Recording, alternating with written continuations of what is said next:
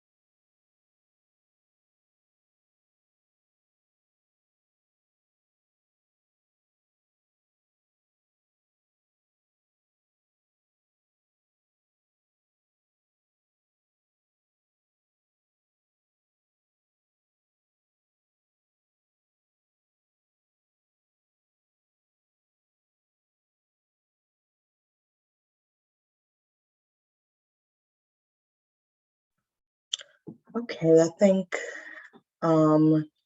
people are kind of done trickling in for the most part, but people will keep trickling in, I guess. But hi, everyone. We can get started. My name is Gabby Ross. I am a housing advocacy organizer here at NLHC, and I will be presenting or facilitating, moderating today's webinar. This is the third installment of the Our Homes, Our Votes webinar series. You can go to the next slide, May. Thank you. And today we'll be joined by Tim Mooney from the Boulder Advocacy Program at the Alliance for Justice.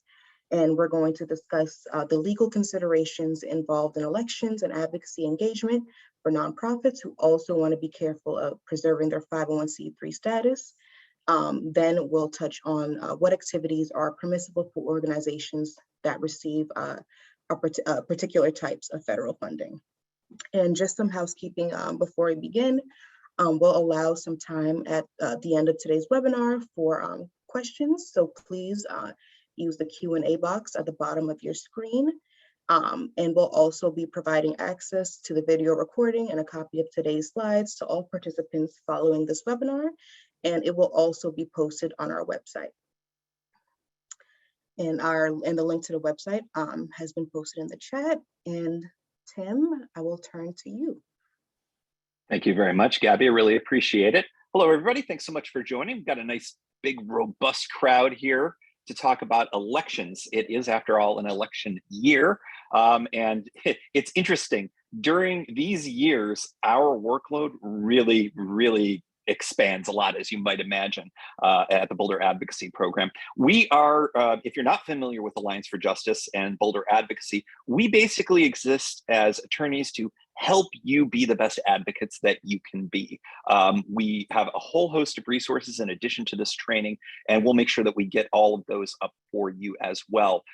Please feel free to ask questions. If the world spins on its axis right, we should have probably about 10 or so minutes to be able to answer questions. And then there's also going to be opportunities for you to contact us after the fact if you're interested to get some more tips on how to do all of this. We're all attorneys who end up answering your questions. We can't be your lawyers. We're not set up that way, but we can help demystify some of these rules like it is for 501c3s around election season. So I'm going to see if, there we go. Today we are going to talk, and sorry for the reflection on my glasses. I don't know about the rest of you, but I am brand new to having to use reading glasses, and I am not taking to it very well. So we're going to take them off and see if I can make it work. So today we are going to talk about the rules around election season for 501c3 organizations. I am one of the rare lawyers that likes to try to say yes to people. I understand there are other lawyers who tend to say no more often. I'm the one who tries to say yes. So I'm going to try to make it so that even though the rules that apply to us as 501c3s, it's defined in the negative, I'm going to try to flip that around and talk about what you can do during election season, because I think that that's a little more empowering for those of us who are in the advocacy space. I also want to close out after we spend the better part, the large chunk of our time on that. I also want to make sure that I talk about what you can do as individuals, separate and apart from your organization around election season, because I think that that's really important. So I'd like to start off by giving the lay of the land here, because this is an important thing, especially if you're relatively new to tax-exempt organizations. This just gives you a sense of what the rules are relative to what we can do in each organization. We're really going to focus in on the column on the left-hand side. And sorry, you're about to hear my dog freak out because we have deliveries. It's still COVID time. Mookie, come here. All right, well, we'll just forgive the barking. I apologize. 501c3 organizations include my organization, Alliance for Justice, National Low Income Housing Coalition, 501c3. Most of you, I would imagine, who are here to learn about 501c3s and election season, you're probably all 501c3s as well. There's two different types. We're almost all probably public charities. The other type of 501c3 is the private foundations. We tend to like to get to know them pretty well because they tend to be able to fund us through grants. What's the deal with public charities? It is the best tax treatment for tax-exempt organizations under the law. And the reason comes twofold. One, we're tax exempt. We don't tend to have to pay taxes to any level of government. Minor exceptions here and there, but for the most part, we don't.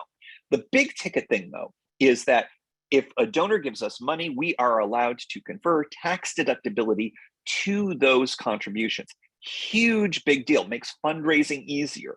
But it comes at a bit of a cost. The better your tax treatment, and I'm here to tell you this is the best tax treatment under the law, the more restrictions we see on our advocacy activity. Number one, lobbying activity. It's for a different training altogether. We do trainings all about how you can be the best lobbyist, best advocate for policy that you can be. There's a generous amount of capability to do lobbying as a 501c3, but it is limited. It's for another training, another time. For this training, we're going to talk about how you can be active. You can have a robust advocacy all the way through election season, but you have to be mindful of the one very important thing, and that is you cannot show any form of support or opposition to candidates at all. And that includes kind of nudge, nudge, wink, wink. That even includes a scenario where you don't intend for it to be the case. But if the IRS says, what you're doing there looks and feels like support or opposition, then you've crossed the line. What's the consequence? It's not a terribly well enforced law, but for even one small minor violation, you could conceivably lose your tax exempt status as a 501c3. So we have to take it really, really seriously. There's also a lot of different reasons why we want to comply with this law outside of just, wanting to comply with the law.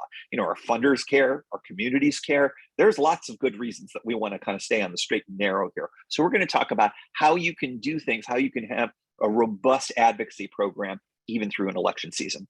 Really briefly, I want to talk about other types of tax-exempt organizations because we see them all the time, and it's worth showing why they're different than our C3 folks. Sometimes 501c4 organizations will be attached, affiliated with 501c3s. That's the case with my organization. We have Alliance for Justice Action Campaign, and we do a lot of work on federal judges. Well, that turns out happens to be lobbying activity. We also do a little bit of work on certain Supreme Court races at the state level. Those are elections.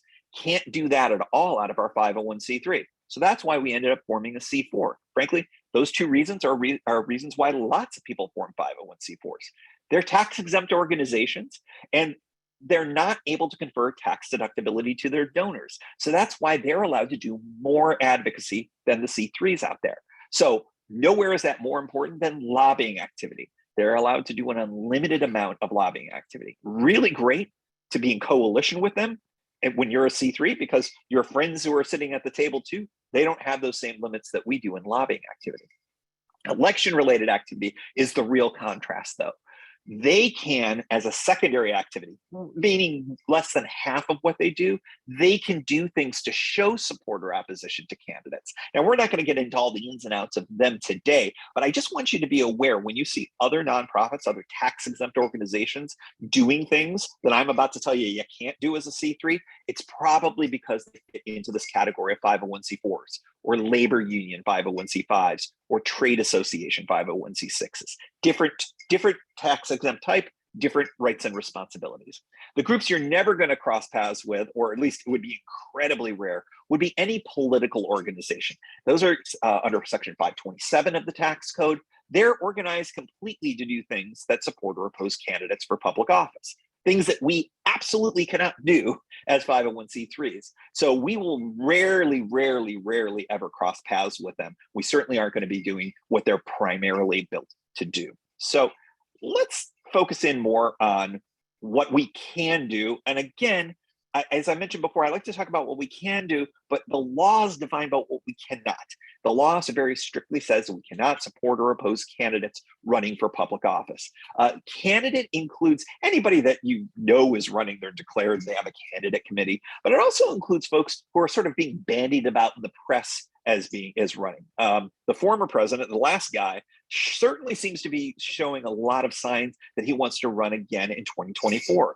Under the rules, he's considered a candidate for 2024, even though he's never really formally filed yet. That's how strict the rules are around this. You got to be very mindful of that. Anybody that's even remotely being considered a candidate, you can't show support or opposition to their candidacy. Really important to know. However, just because you can't deal with candidates, in other words, you can't, I shouldn't say that, just because you cannot take a stance on the candidates, you can, however, do all sorts of things so long as they remain strictly nonpartisan. I will tell you that 501c3s have become a more and more important player in nonpartisan voter education, get out the vote efforts, voter registration efforts than when I started my career. In fact, in 2020, as you probably all know, we had more people voting than in the history of this country. You know, and based on just the number of trainings I did in 2020, I'm here to tell you, I think C3s played a really big part in all of that because of this kind of work, making sure people knew what their rights were, making sure people knew how to register to vote, how to get an absentee ballot, all of those types of things.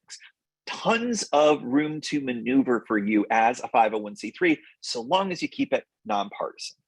The other thing that is important to know, and this is probably even more critical for you as a 501c3, is you're allowed to still engage in your issue advocacy. All of the work you do in the off years, you can still do that in an election year as well.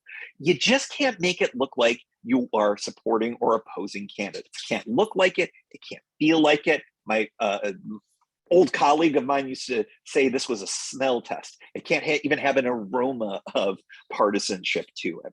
This cartoon that you see on the screen pretty much defines my entire legal practice.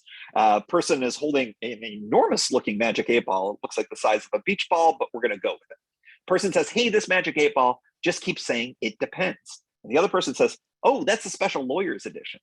That describes my entire legal practice around election season. Why is that? Because the way that we determine whether or not you as a 501c3 has crossed the line into supporting or opposing candidates is a very, very subjective test, very context-based. And so whenever somebody asks me a question, hey, is it okay if we do this in this way at this time near an election? My answer is almost always, it depends. I often need to get more information because everything matters. Everything matters in context, every factor you can possibly think of. So let's talk a little bit about that. Broad-based first. Timing and context is the most important thing to look at when it comes to your communications around issue advocacy and frankly, anything around election season. Some communications that are perfectly safe have a really low risk away from an election, maybe back in January of this year, change and morph potentially as we get closer to the election date. So context really matters. And this I'm going to say probably at least a few times today. Intent doesn't matter at all.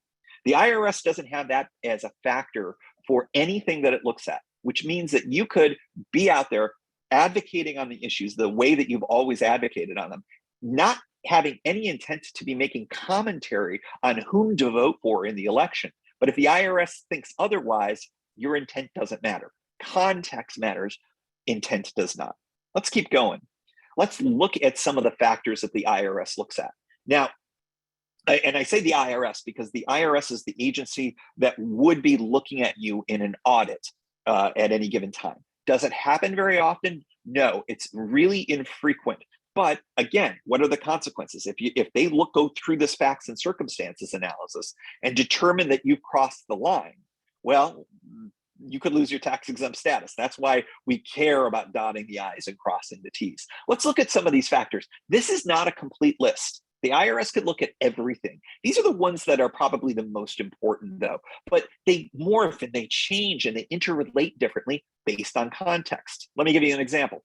One of the things that the IRS looks at as being nonpartisan, something that tends to go in your favor as a C3, is if in your communication you make no references to candidates or elections. That makes some sense, right? If you don't say anything about a candidate or an election, it's really unlikely that you're trying to influence an election, right? The flip of it, though, if you do tend to refer to a candidate as a candidate, that tends to break against you. But that's not always true, though. Remember how I told you could do nonpartisan voter education, nonpartisan get out the vote efforts. You can refer to candidates in elections in some contexts, and it's perfectly fine. It's considered nonpartisan. So see what I mean here? Everything in context matters. Even this chart morphs and changes depending on the context. Let's look at some other factors. Is there something that is not the election that's driving the timing of your communication? Last cycle in 2020, we were in the teeth of COVID.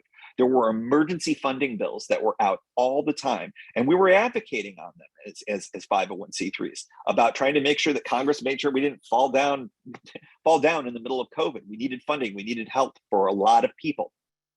The external factor that was driving a lot of advocacy in that time, even though it was right on top of the election in 2020, was those pieces of emergency legislation. So that was driving a lot of advocacy work, not the election. They were right on top of each other, but because you were talking about something not related to the election, that advocacy tended to be more nonpartisan in nature, according to this IRS analysis. If the timing of your advocacy is driven completely by the election, though, that could tend to break against you. Unless, of course, the timing of your communications for nonpartisan get out the vote efforts or nonpartisan voter education efforts, well, of course, those are motivated by the election and timed by the election. So again, context is everything here. This chart is not the sole arbiter of these things.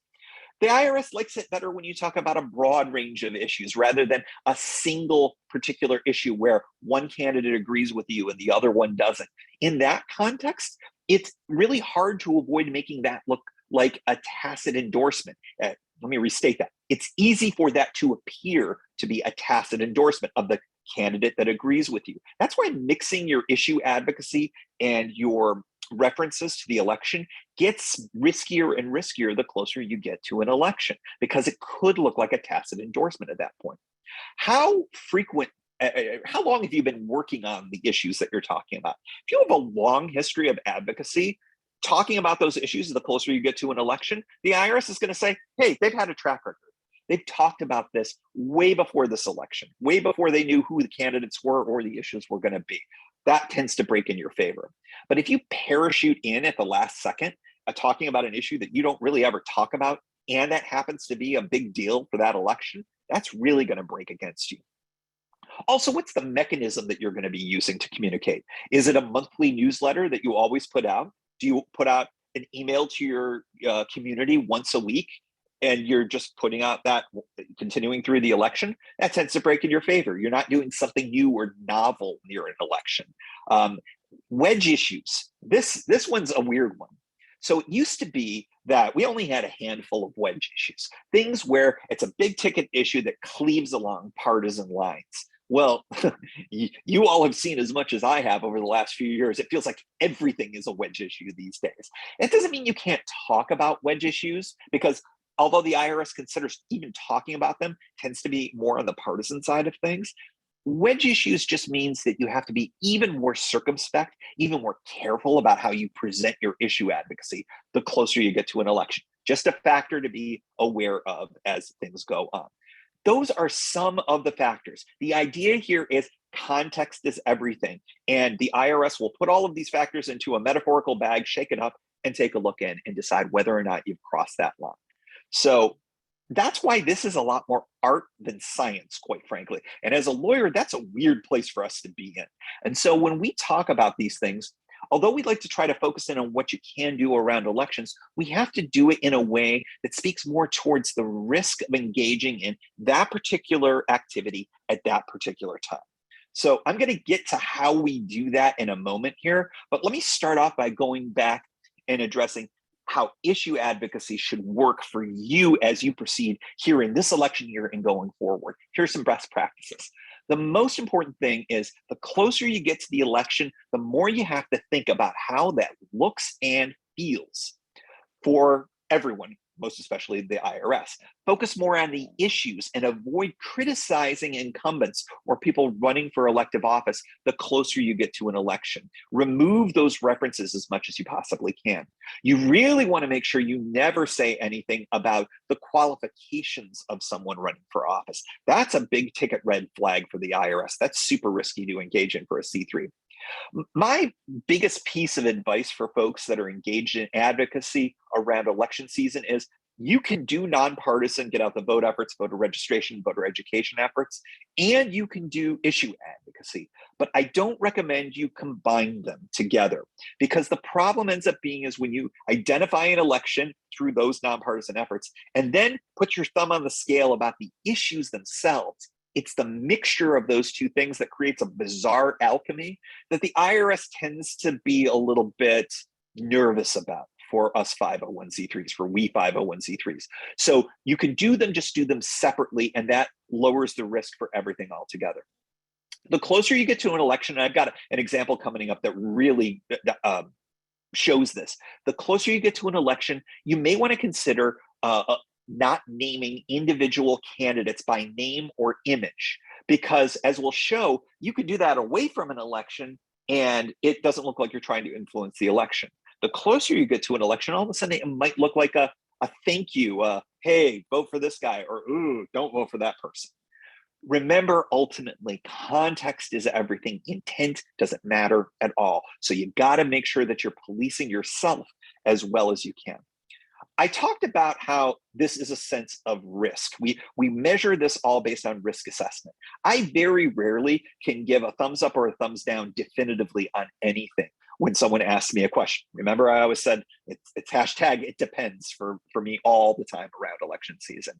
What I can tend to do is give a sense based on all of the facts and circumstances, a sense of risk. That communication in that way at that time is either going to be something that's very low risk, we'll give it a green light. Something that's got mixture of factors, that's a yellow light, that's got some risk. Or it's blinking red or whatever, however you want to say, it's very high risk, mostly factors on the partisan side, you really want to try to avoid them.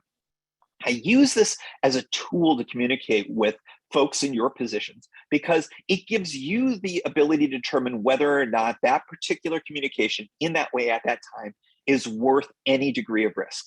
Some organizations I work with are more aggressive than others. And for them, they may want to drive through that yellow light because that communication in that way at that time is too important to ignore. They don't want to make any changes to it, and they'll risk going through that yellow light, just like so many of us do when we drive, hopefully safely. Other organizations are much more circumspect. They don't want to take any risk. They don't care that things are how well things are enforced or whatever. They're like, we're green light only. Too important. We keep our risk low. In that case, often I can give them opportunities to change how their communication is to lower from a yellow or even a red down to a green. So let's take a look at some of the examples that I have here. National Low Income Housing Coalition puts out a tweet back in August of 2020. So we're in election season. A lot of people actually, let me pause for a moment. A lot of people ask me, when is election season? The answer is that's also a part of the context-driven subjective analysis that we do. There's no date that's on a calendar that the IRS looks at and says, starting now. It's all about what's going on. How active are the candidates? How contested are things? In most scenarios, the old rules, we always used to say Labor Day is the beginning of election season. That's not far off. That's a good place to start the analysis, but that's not always going to be the case. You'll remember back in 2020, man, things were hot. Well, early in the summer for that particular election, because we knew who the candidates were for the presidential election, at least way, way earlier than we normally do. So things got really cooking much earlier there. Plus we had the national conventions and things like that. So it's really going to depend, but good rule to kind of start at: 30 days before any primary, 60 days before the general. But that is not a hard and fast rule. It's really going to depend on a variety of other factors. So let's take a look at this tweet real quick. Republican lawmakers, alarmed at the prospect of a nationwide wave of evictions as the coronavirus batters the US 3 months before the election, are starting to back the move to provide rental assistance to tenants. Okay, so we're in an election year here. Let's think about some of the factors that we talked about. We do make a reference to the election in this. We are close-ish to an election. This is August of an election year. But remember, in 2020, as I just got done saying, by early August, we were very much in the teeth of the election. So I would say that there are some factors here that I would say bring us a little bit up into maybe the beginnings of a yellow light area here. But let's also take a look also what the context here is. This is very driven by active legislation that was going on. And although we were identifying the Republican Party in this thing, we weren't talking about this in the context of the election. We were talking about how Republican lawmakers were moving towards making changes in the law in order to bring rental assistance. Policy issues that National Low Income Housing Coalition absolutely has been working on forever. And it was at an emergency level from a policy perspective in August of that year. So I give this a green light. This was no problem, I think, from a risk perspective to metaphorically drive through. Now, a couple of other changes, maybe making this a little bit closer to the election. Maybe you could argue that it would go into the yellow light territory, and then you'd have to make some different decisions about this communication this way at that time. But I think that this is a relatively low risk tweet as is. Let me use an example that makes things a little bit more interesting. And my animations aren't working on this, so the surprise is already gone. Let's go to January of 2020. Conservation Lands Foundation is a group that works out in the Western states. They work on protecting public lands. And so in this tweet that they put out in January of an election year, they said, Senators Ron Wyden and Jeff Merkley have introduced legislation to make permanent the Oahe region of Oregon. One special attraction in this high desert, the 750-mile Oregon Desert Trail. Read more here. All right. So a couple pieces of information here. Ron Wyden not running for re-election that year. Jeff Merkley is. In January of 2020, we're way away from an election. We're talking about legislation. So that's an external factor driving the communication, the law that's being proposed itself, and they're thanking the sponsors of that piece of legislation. That's really easy to say, low risk, green light. It's all about policy and everything that's connected to that. But let's fast forward. Let's change the facts here. By the way, welcome to law school. Professors do this to us all the time in law school. They change the facts. What about this? Let's say it's Halloween of 2020 instead. And all of a sudden, that kind of changes the context of it, right? Ron Wyden's not running for re-election, so we don't worry about that. But this particular issue, it's a big thank you. It's a big hug and a kiss from Conservation Lands Foundation to Senator Jeff Merkley a couple of days before the election. That certainly raises the temperature a little bit. So I would say that this is kind of a mixed bag at this point. It's probably a yellow light for purposes of mentioning Senator Merkley and a green light for mentioning Senator Wyden. Now, does that mean that this is, you lost your tax status if you do this on Halloween? No, there's other ameliorating factors as well. It's linked to legislation. There's other factors. This is an issue that Conservation Lands Foundation works on all the time. So it's kind of a mixed bag. If they wanted to take the risk and put this out in October of an election year, sure, that would be their prerogative, knowing the risks.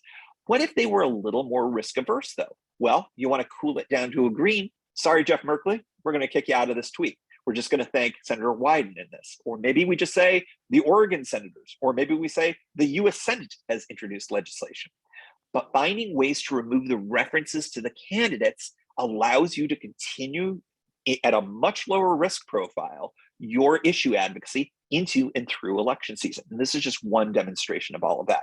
Hopefully that kind of helps to give you some information on that. What are some other things that you could do in addition to your issue advocacy? There's one thing I want you to take away from all of this talk of issue advocacy during the election year.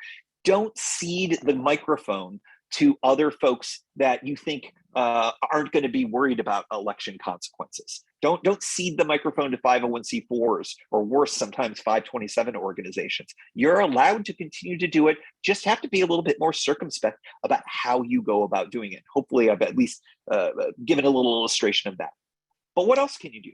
I talked about nonpartisan things that you can do. Voter registration. You can do things like Our Homes, Our Votes, like the National Low Income Housing Coalition did. Incredibly, incredibly helpful, incredibly successful mechanisms to try to get everybody who has the legal right to vote out to the polls. Because from a 501c3's perspective, it's not a partisan thing to say, hey, if you've got the ability to vote, you should go out to vote. And we're going to help you do that. That is a nonpartisan thing. Has it been shifted to become partisan in some contexts? Yes, but it does not impact our ability to do that as 501c3s, so long as we do it in a nonpartisan method and way. And this was a wonderful program that made great difference out there for it.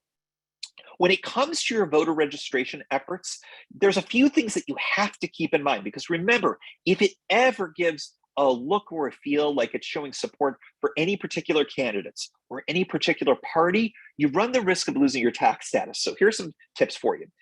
Anytime you're doing a voter registration effort yourself, you got to make sure that you register everyone who wants to be registered.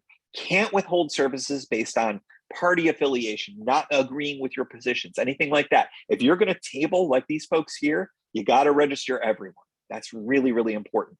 The other thing that you got to be mindful of, and this has come up a few times with some of the laws that have been coming out in Georgia and elsewhere, there was a lot of it, you can't give a bottle of water to somebody in line.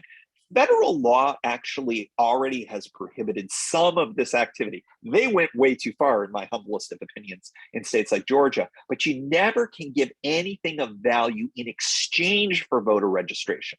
So you can't say, here's a slice of pizza if you come and register to vote. You can't do that. You can, however, say, we're doing a big voter registration event and we're having free pizza for everyone and we're registering voters. So that pizza can go to somebody who's already registered to vote. It could also go to somebody who is registering to vote at that time and place, but it's not in exchange for them registering. Really important. And it's not just pizza. Give donuts, other things. It's fun. Tacos recently, I ran into an example there. Make sure you always check your state laws. There are some states where doing a tabling like this is a much heavier lift for a 501c3. I'm looking at you, Texas. I'm looking at you, Georgia, I think, as well. There's a whole bunch of states where you have to jump through a lot of hoops to be able to even do this nonpartisan registration. Know what those things are. We've got some resources on our website at boulderadvocacy.org, but you can also check with your Secretary of State's office as well. There are some states where it's really easy to do this. There are some states where it's frankly kind of hard to do this, but know what your state rules are, because you could run into some real problems with your state government if you don't dot your I's and cross your T's separately or properly. And that's separate from all of the IRS stuff that I've been talking about. Make sure you train your staff properly if you're doing this types of efforts as well. We have run into a new method of groups trying to basically get rid of, trying to cause our 501c3s to lose their tax status through, I would say, nefarious means. What they're trying to do is they come up to tables like this with your staff, maybe talking to your most junior staffers, your brand newest of volunteers, and they start asking a lot of questions, trying to make it seem like your nonpartisan efforts are actually partisan. And sometimes they'll record them, and sometimes they'll edit them in ways that makes it look worse than it actually was. Make sure your staff and your volunteers know how to answer questions like, who are you supporting? Who's the best candidate or party? Who are you voting for personally? You got to make sure that when you're doing a nonpartisan voter registration event, that folks that are volunteers and staff know what to say. And that is, this is a nonpartisan event. We register everyone. We don't take a stance on the election. We're a public charity. We don't do those types of things. So we don't support particular candidates from particular parties. We're only trying to make sure everyone has the ability to vote who's got the legal right to vote, period. End of that. And we actually have done a whole training. Sadly, we had to create trainings on this for what happens if you feel like you're under attack, for lack of a better word, by folks who are really trying to make problems for you. We'll probably be bringing those back later this summer and into the fall, if that's of any interest to you, about voter registration protection. Sadly, something we need these days. How to vote education. In 2020, we had a lot of issues because with COVID, more and more people were like, I want to vote, but I can't take the risk because I've got folks in my household who are elderly. I've got folks who are immunocompromised in my household. I can't take the risk that I'm going to go to a physical polling place and bring back COVID for those folks in my family. How do I get an absentee ballot? A lot of 501c3s did a lot of that type of work back in 2020, and that has continued. A lot of states have made things a little harder to know how to vote or how to register to vote. 501c3s, nonprofits, have a great role in educating people on how to vote. You do it in a nonpartisan way, you're totally fine. And of course, Our Homes, Our Votes was a great example of that. You're allowed to target your messaging in any of these nonpartisan get out the vote, voter registration, voter education arenas. You're allowed to do it based on location. If you only operate in a particular region or a particular state, a particular county, you don't have to go outside of your own natural area. That's fine. You're allowed to basically communicate just to your constituency. That's fine too. As long as you don't target any of these efforts based on how a group votes. In other words, you're trying to get more D's elected or more R's elected, or more of a particular issue advocacy area elected. As long as you're not doing that, you can target pretty much. So disadvantaged, underrepresented groups, common interests or problems, these are all totally fine for C3s to do, as long as they're not a partisan outcome that you're trying to accomplish there. If all of those other things, that can end up being for 501c4 organizations. This is another example here when you're doing your targeted messaging for these nonpartisan things. You really don't want to zero in on a single issue, because remember how I said you want to avoid your issue advocacy with your nonpartisan, get out the vote and voter registration, voter education efforts. That's where this comes into play. You could talk about things in a broad way, lots of different issues. Don't suggest a correct position when you're doing this. That's going to keep you in the green light territory. It'll be a low risk communication that way. The more you mix your issue advocacy with these types of efforts, the higher the risk comes. And so you want to be mindful of all of that. Voter education opportunities, there's a few of them for you here. The facts and circumstances analysis that I talked about earlier still comes into play in all of this. The IRS is going to look at all of the factors, but they've also given us a few safe harbors for us to operate in. One of them is voter guides, nonpartisan voter guides. You're allowed to send out a questionnaire to all of the candidates for a particular race. And you're allowed to limit it to just the viable candidates, so long as you've got a rational, nonpartisan reason for that limitation. If there are a few crank candidates that always run and that's more for attention and they have no realistic chance of winning, you usually can exclude them from this process. You send out a questionnaire that asks questions that are very broad on multiple issues that don't suggest correct answers on any of them. That's very, very important. What is your position on X is probably the best question that you can ask.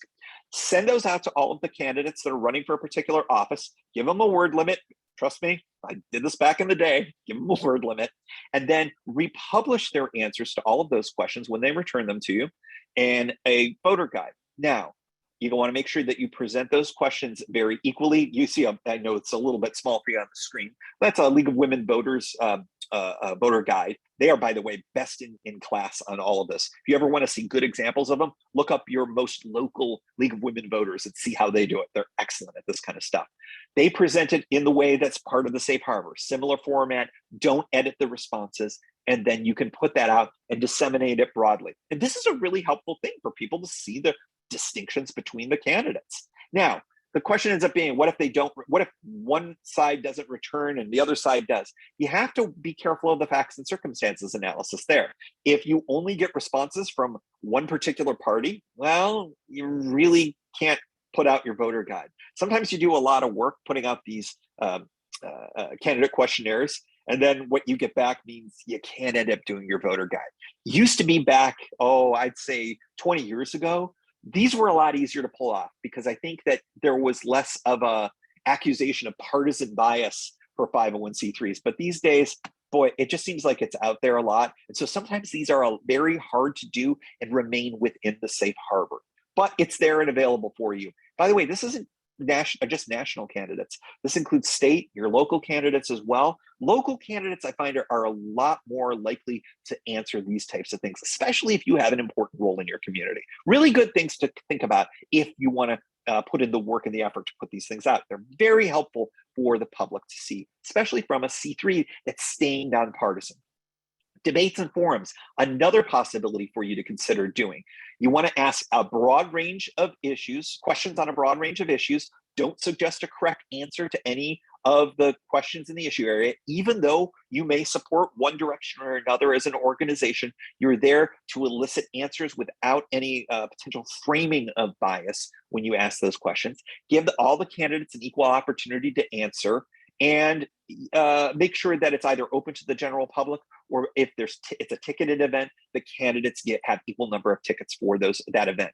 Now, one thing that I want to say here is the safe harbor here from the IRS only comes from for debates where all candidates are on the stage at the same time. We seem to be moving away from that as a format a lot, and we go with forums more frequently, where it's one candidate at a time and being asked and answering the same questions. I would say that although we don't have IRS guidance that really confirms this, I would say, based on what I've seen with how the IRS enforces things and all the facts and circumstances, that they would probably treat forums the same way if you follow these same rules as well. So not as absolute safe harbor. It's not even in the green light, yellow light, red light for debates. If you follow the safe harbor, it's just okay. But I would give it a green level light of risk analysis if you do a forum and follow the same rules. What about personal activity? Oh, it looks like normally on the background here, I have somebody who's showing protesting at a protest. You're allowed to, under your First Amendment rights, even though you work for a 501c3, you're allowed to take stances that are separate and apart from your 501c3 organization. You're allowed to. Could you say that? Sorry, Siri likes to talk when I do these presentations sometimes. You're allowed to donate to a campaign. You're allowed to volunteer for a campaign if you would like to. But you've got to make sure that it's completely separate and apart from your work with the 501c3. It can't be on C3. You can't be paid effectively by the C3 to do that work. So you can't do it on the clock, as it were. Now, can you use paid time off? Yeah, absolutely. Paid time off is your own time, and you can do that. So even though technically you're being paid by your C3 employer in that stance, then it's a different nature. But you can't do it while you're on the clock and it's actual working hours. You also don't want to use resources of the 501c3 organization as well. Got to keep these things very, very separate. And the more high profile you are, both within the organization and maybe the role that you're taking in a campaign effort, the more you've got to dot your I's and cross your T's, the more separation you need to put in there. Now, sometimes that's as simple as making sure you wave your arms around a lot and say, hey, I'm here on my own time. It's using a disclaimer saying, I'm not representing the C3 here right now. I'm here at this event as a private citizen. But the key thing here, and the reason why you see a bunch of British women wearing hats from Derby Day, is you gotta know what hat you're wearing when. I'm on the clock right now. I am teaching this as a 501c3 representative. This is educational, teaching you all about the rules around how to act in a 501c3 way around elections. Now, maybe later today, at the end of the workday, I'll take off my C3 hat and maybe I'll put on a personal hat.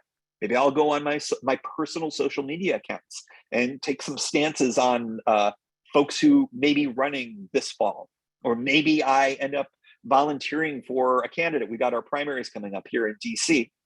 Maybe I'll end up volunteering for one of the mayoral candidates of my choice. That's fine, so long as I'm doing it on my own time. That Alliance for Justice is having nothing to do with it. They're not paying me to do it, and I'm not going into the office and running a bunch of copies for 200 flyers on the office copier and then pasting them all around DuPont Circle. We do not want to do that. That is not okay to use C3 resources for that. So just be mindful about you, your staff, your organization, that you're allowed to do this kind of stuff, You're allowed to be supportive of candidates, just has to be very separate from your organization. The devil's in the details on a lot of these things, but you never will be punished for showing more separation. So I always say, as much separation as is possible, do it, show it. Separate social media accounts, if that makes sense for you. Making sure that you're only doing your volunteer efforts on nights and weekends. Does that mean that's the only way that you can do it? No, like I said, you could take paid time off. Maybe if you wanted to take some time off right before the election and volunteer for the party or for the candidate of your choice, that's totally fine too. But just got to make sure that those resources, the efforts are very separate from the organization, and then you'll be okay. Couple of things that I want to mention here about resources, and then I think we've got to do some other housekeeping, and then we'll come back to Q&A. I noticed that we've got a couple of questions in the box. I'll definitely be able to answer those in a few minutes here. If you've got more, please feel free to enter them in there. A couple of resources I want to highlight. Everything that I've talked about today, and then a lot more in much better detail, is the rules of the game. Is our free publication that you can download at boulderadvocacy.org. We'll also make sure you get a link to that. It is best in class for helping you understand what the rules are beyond what I've talked about today. We also do a podcast called, not coincidentally, Rules of the Game. And we're doing our election series right now. In fact, we put out an episode last week on, I believe it was GOTV. I think we did Get Out the Vote last week. 2 weeks prior to that, we did voter registration. This week, I believe, we're recording for next week's episode on forums and debates. If you like learning through podcasts, it's a great way to do it. You can check us out anywhere you get your podcasts out there. Most importantly, if you have questions that I can't get to today, make sure you write these down here. Phone number 866-NP, Nonprofit Lobby, or advocacy@afj.org. If you ever have questions on election-related activity, on lobbying, on C3 and C4 working together, we've got answers for you. We can't be your lawyers, but we can help demystify these rules. So make sure you do that. I'm based out of the DC office. I've got colleagues all throughout the country in California and Texas as well. So make sure you get in touch if you've got questions. We're super, super happy to help. So I want to, Gabby, I don't know if we wanted to cover the federal stuff that first and then go to questions. Does that make sense? Yeah, because I'm just going to briefly cover the federal stuff. Shouldn't take more than a couple minutes, and then we can jump into the questions. Okay. All right. And thank you so much, Tim, for that comprehensive presentation. And I'm sure many people will refer to your presentation as a guide for election advocacy engagement. And also another reminder, put any questions you have in the Q&A box, and we'll get to those at the end of the presentation. So I just want to briefly go over legal considerations for federally funded organizations, specifically for public housing authorities or PHAs and housing providers who receive HUD funding. This past February, so February 2022, 4 HUD offices sent out new materials to provide to providers of HUD-assisted housing to raise awareness for voter registration activities for their residents. And this is the first time they're releasing new guidance on this since 1996, so the first time in 25 years. These announcements clarify that HUD-assisted housing providers can engage in nonpartisan election-related activities and facilitate residents' participation in the electoral process. Some examples of these activities include PHAs permitting the use of their community spaces to hold meetings, candidate forums, and voter registration. And PHAs are also able to collaborate with local election administrators to permit the use of PHA spaces for voter drop boxes and voting sites, including early voting. I also just want to make sure I mention that the U.S. Interagency Council on Homelessness, or USICH, published 2 voting guides. The first is an election checklist for homeless service providers, and the other guide is the voting checklist for people experiencing homelessness. The checklist for homeless service providers includes resources for registering, educating, and mobilizing voters experiencing homelessness. And the checklist for people experiencing homelessness walks through the steps of voting without a permanent address. And both guides are available in 5 languages. And I believe the links to those were just dropped in the chat.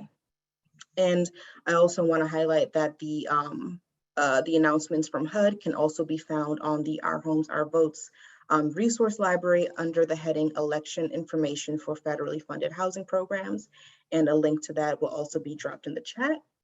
And also just for more information overall on the HUD guidance, you can also refer to our memo to members and partners newsletter from February 14th, and a link to that should be dropped in the chat as well. And I believe I touched on this, but I just want to make sure I emphasize that some of these activities are permissible and encouraged for other housing providers that are recipients of HUD funding, not just PHAs. And you can find more information about that in the link in the chat, and that will be a Our Homes, Our Votes document that will be dropped in the chat. Next slide, please. Thank you.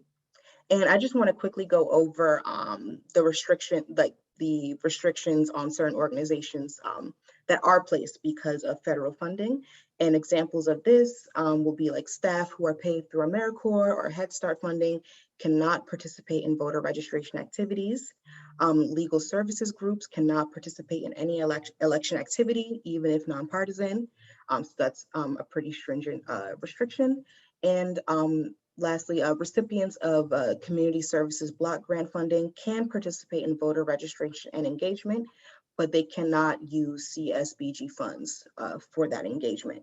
And a link to more information on voter registration restrictions will be dropped in the chat as well. Okay, and we can take some questions. So Tim, there are already a few questions that came up in the chat, so I can read those out to you. Okay, sounds great, yeah. All right, so the first one is, during a nonpartisan public transportation millage campaign, I hope I said that word right, how should a 501c3 nonprofit handle a request of a partisan candidate to hand out our vote yes flyers? What about a request from a political party's coordinating committee?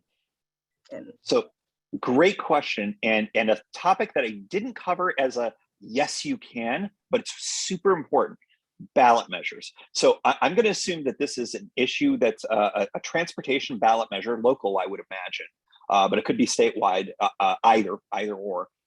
Those are okay for you to do as a 501c3, and the reason is it's considered lobbying activity. So in that context, we're not asked to take a position on candidates, which we can't do.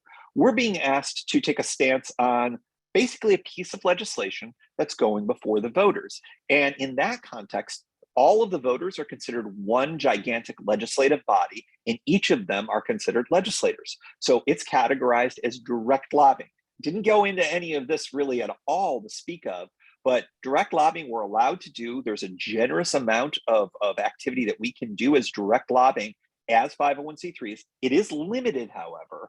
I would encourage you to look into making what's called the 501h election. It gives you more capacity, more safety, quite frankly. Make sure that there's some risk getting involved using the other form of lobbying measurement, the so-called insubstantial part test. So the answer, and to get to your more specific questions, Ruth, because this is considered lobbying activity, you are able to interface with folks who are partisan in nature. If they are part of the efforts to get that measure passed, you're working with them in that context only. If they are also running for elective office, you've got to be careful. You can interface with them on the issue regarding the ballot measure, but not their personal candidacy, or frankly, anyone's candidacy that's involved with that. We do get a little bit of the crossing of the streams. And if you saw Ghostbusters like I did, you know you never cross the streams. So be very mindful of all of that. But yes, the one time you could say vote yes or vote no are on topics like this. So hopefully that answers your question. Cool, thank you so much. Okay, our next question. One thing we have to discuss often where I live is people being removed from voter rolls. Our primary is also coming up. I live in Alabama, and the facts of the game here make primaries essentially a preview of the general election. What is the best way to talk about voter roll purges without implicitly pointing people towards or away a SOS candidate, for example? I've been going with not naming names personally. This is a critically important question, and Nikki, I can't tell you how much I'm glad that someone like you is paying attention to this and acting on this. I talked about this earlier. Voter protection is very much something that we can do as 501c3s. That includes stopping illegal or improper voting roll purges. We are allowed as 501c3s to say, to advocate against bad voter roll purges. And when I say bad, I'm talking about kicking people out of the voter rolls for partisan reasons. I know that's a little counterintuitive, because the argument could be made that you are, by opposing another person's partisan activity, that in and of itself is partisan. We actually have a little bit of guidance from the IRS that that's actually going to be okay, because in this instance, you wouldn't be doing it because you're trying to protect the partisan interests of the folks that are being purged from the rolls. You're trying to protect their inherent right to vote. And if someone is impermissibly purging the voter rolls, it's okay for you to take a stance on that. One thing that you mentioned is primaries. And yeah, it's tricky. I spent a lot of time in West Virginia, so I understand red states, trust me. The one thing that I will say is that primaries are considered separate elections, separate independent elections. So all of the nonpartisan stuff that we talked about, all of those activities, it's its own little bubble in there. So even though you'd only be active in one party's particular election to figure out who's going to be the nominee for that particular race, you could do all of the voter registration, all of the voter education, all of the get out the vote activities. All got to be nonpartisan within the context of those primaries. It's okay. I'm here in DC. I can assure you the winner of the Democratic primary for the mayor is going to become our next mayor here too. So that happens in lots of different places. Sometimes the facts of the game, rules of the game. You said facts of the game. It's all about the primaries. That's why being active in the spring sometimes is more important than being active in the fall. But if you're C3, you got to be careful. You got to make sure you're staying nonpartisan. The voter protection stuff is considered nonpartisan, even if it is you're trying to defend from partisan malfeasance. I hope that makes sense. But that we do have some guidance on from the IRS. Cool, thank you so much. And I skipped over this question, I'm so sorry. But if a candidate doesn't answer a questionnaire, is it permissible to print a voter guide with a note that the candidate did not return answers? So we're in facts and circumstances territory there. Good old, it depends. If you were only doing a voter guide with a handful of candidacies being looked at, and let's say that all happens to be from one particular party that you're getting your gaps in there, that's going to, the more of that, the less likely I would say that you should publish that. If it's a handful of candidates here and there, and there's some D's and some R's, and it's all over the place, I think that that's probably going to be okay. I would give the sense that the risk level that I'd give is it's not a pure green, but it doesn't really bump too much into the yellow area unless you start getting a lot of blank spaces, and it tends to break on party lines. That'd be about the best I can do. If you ever have a situation like that, that's a great example of a time when you can give us a call or send us an email and let us know what are the particular facts that you're confronting with, and then we can kind of give you a better sense of what the risk would be in that circumstance. Great, thank you. And it's 3:28, but you have a lot of good questions here. I feel like, you're on a roll. So if you don't mind staying on like a few minutes longer to answer a few more questions, I hope that. Absolutely.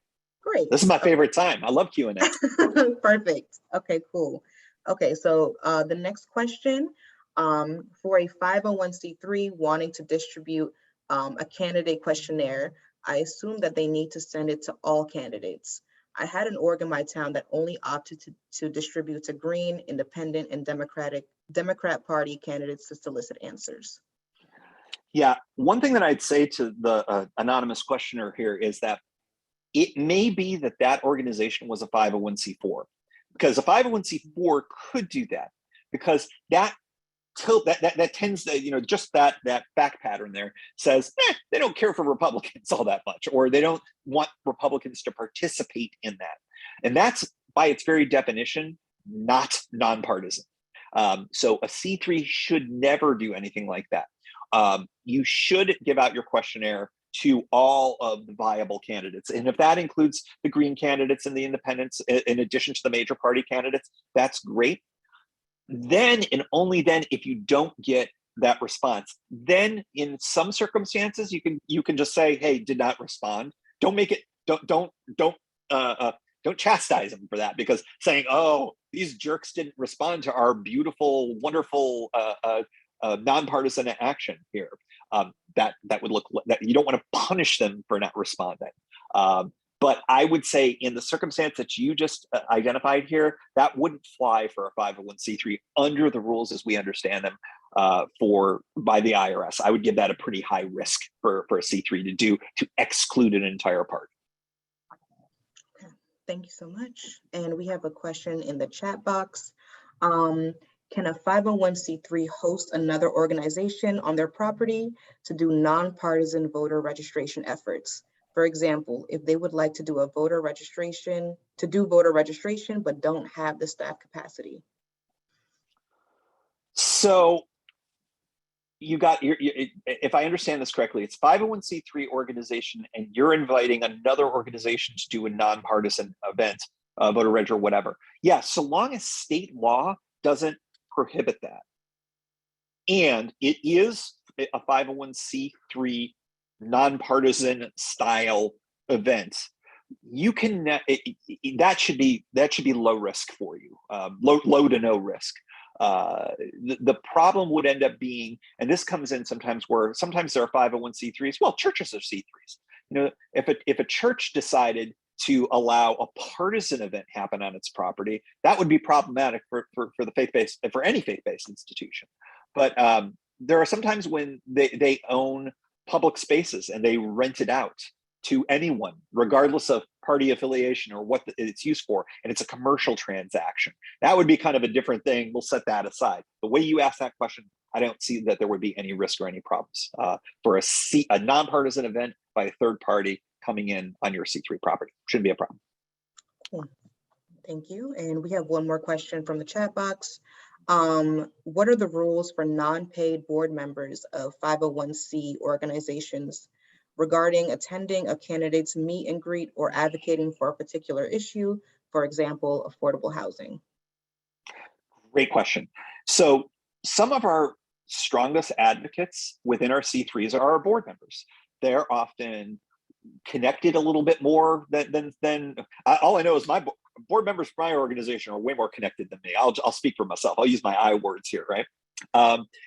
They're really powerful advocates, but sometimes then they're also going to be doing things that are impermissible to do on behalf of the 501c3. So if the same rules apply to those board members as to the staff that I talked about earlier there. So if they're going out and making connections that are okay, well, maybe they're making a lobbying visit or something like that they can do on behalf of the organization. So if they're meeting with a lawmaker and they're like, hey, here's our organization stance, we'd like you to vote this particular way, that may count as lobbying for the organization. That's all fine. They can do that in their role.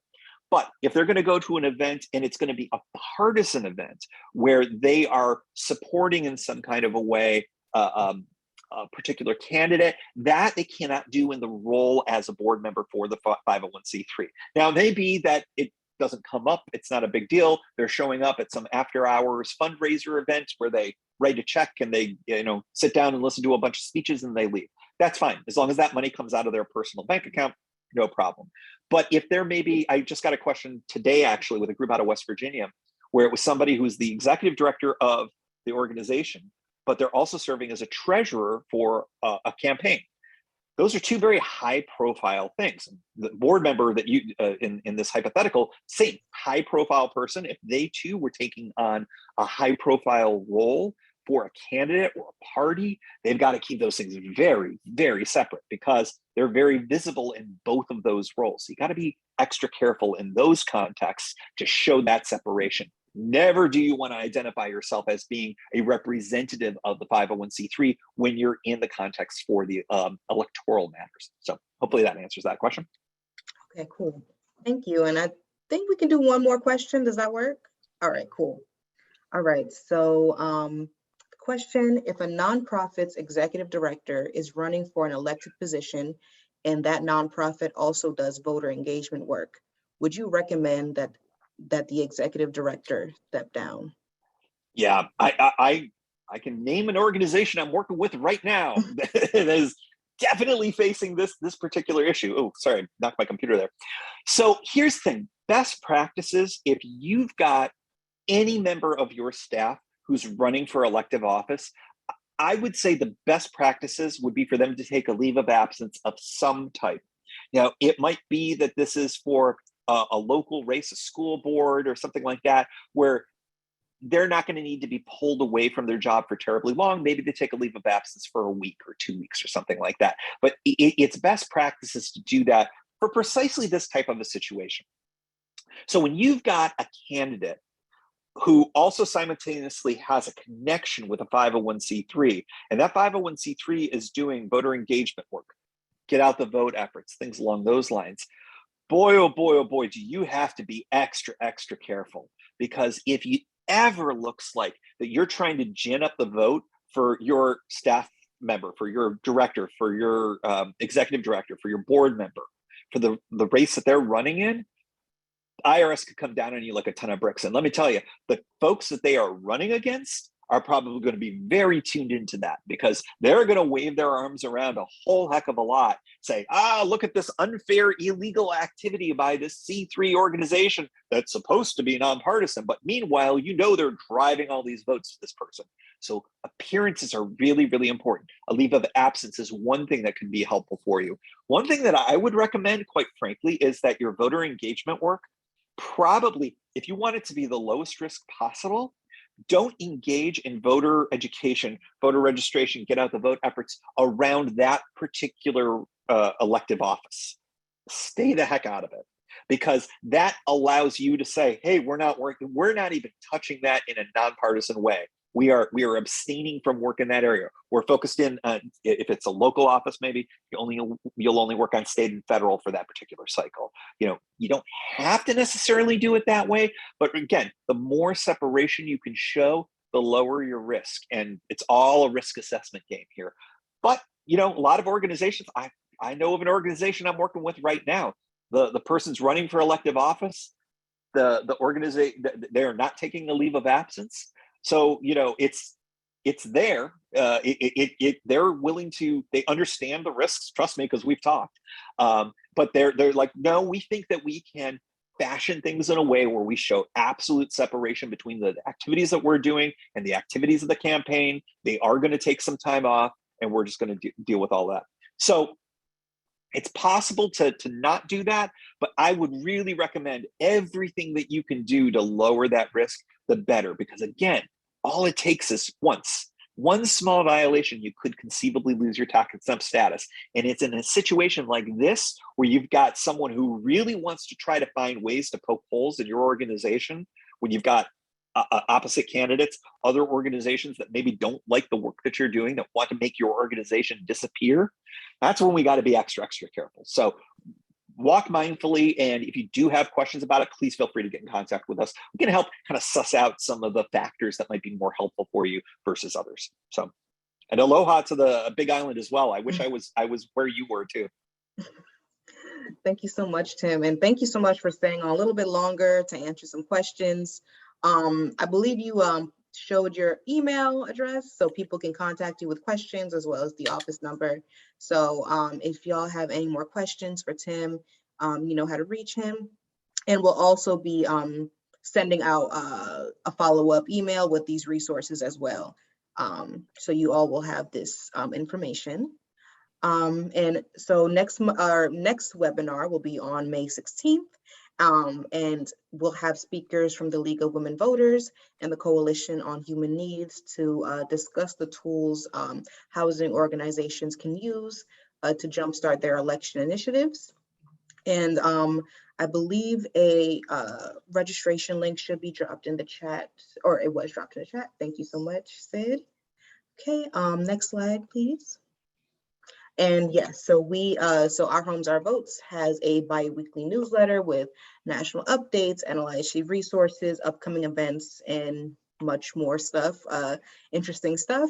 You can sign up for the newsletter on the Our Homes, Our Votes website.